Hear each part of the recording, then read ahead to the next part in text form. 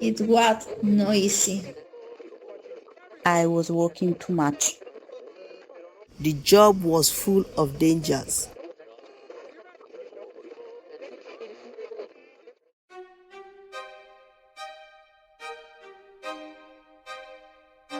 Voices reflecting on the past and wondering about tomorrow. These are the voices of women who have escaped human trafficking.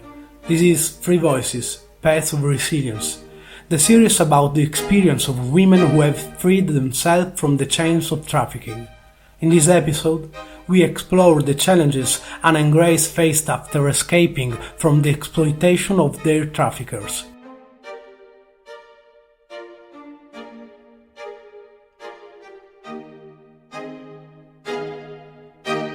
Here we are, they did it. With courage, risking their own lives, Anna and Grace managed to escape. But what about now? The first obstacle for trafficking victims deals with documents. The process to obtain a residence permit is long and complex, but without a document, victims cannot rebuild their lives in the country. They cannot work legally, have a house, become independent. These delays and the great uncertainty they bring with them outline a strong risk of precariousness and re-trafficking for women. I asked for asylum.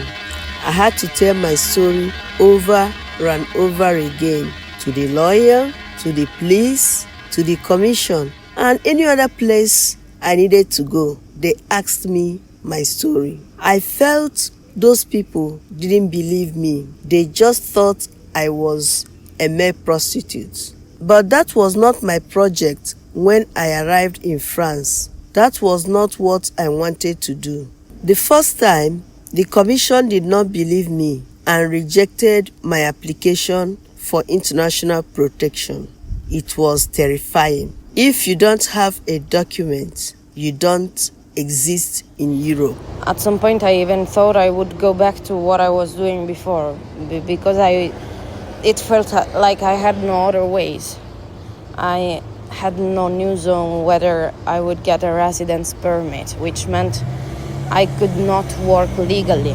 And since I was not making any money and could not find a place to stay, I also almost lost the housing solution that I had. I felt like I was in a desperate situation again. Thankfully, the social worker who had helped me before did not give up on me. We reasoned together about the different things I could do anyway, until finally I was granted my permit. In their new situation, Anna and Grace had to deal with the obstacle of learning a new language, an indispensable element for interacting with others and becoming autonomous.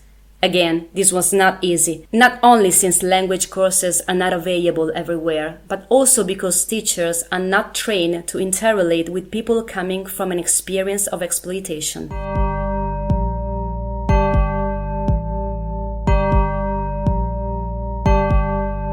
The presence of children makes attendance difficult. It is complicated to find a course with a small child. She takes priority over everything. Anywhere you go, you are told you have a little baby. In addition, I needed to work. I was never able to attend a course continuously. To tell the truth, this limited me a lot in the jobs I could get.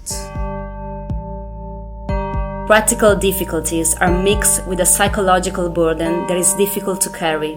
The chance of meeting other women who have gone through the same experience is important because it makes victims of trafficking aware that they are not alone. I had the chance to attend the language classes. They also organized some cultural activities in the city or to meet local services.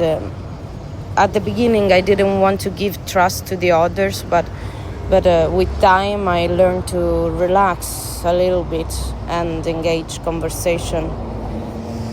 At the end, it was nice to meet other people and talk about something new.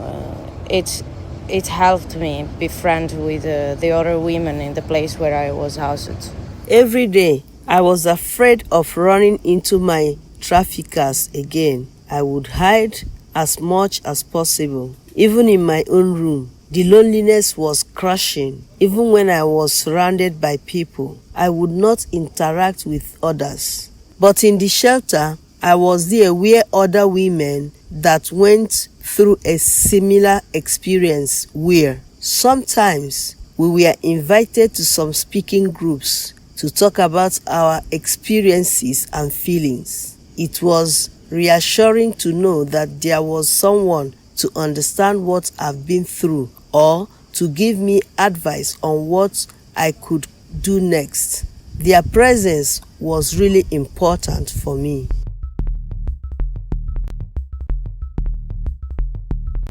The path out of exploitation is not linear.